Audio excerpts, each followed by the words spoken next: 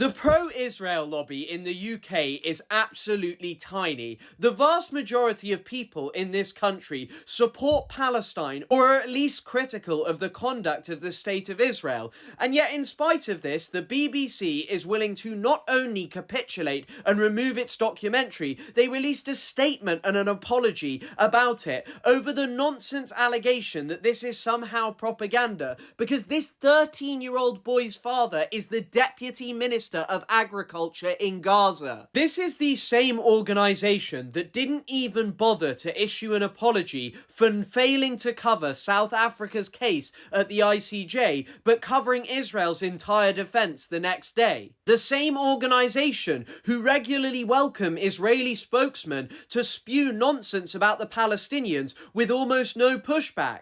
The same BBC whose online section is edited by a man who had a framed picture of him and Mark Regev, an Israeli propagandist, and a framed letter from Benjamin Netanyahu. And the same organisation whose staff have over and over again spoken about the BBC's bias against Palestinians, their refusal to use the words ethnic cleansing and genocide. And I think that this is just so ridiculous when you consider that the pro-Palestinian movement has had sustained pressure on the BBC with very reasonable claims and facts which actually show that the BBC is biased against Palestinians, and yet they've done nothing about it. But then when the pro-Israel lobby cries just a tiny bit, the government goes out for them to discipline the BBC and get them to remove a documentary. It is utterly ridiculous.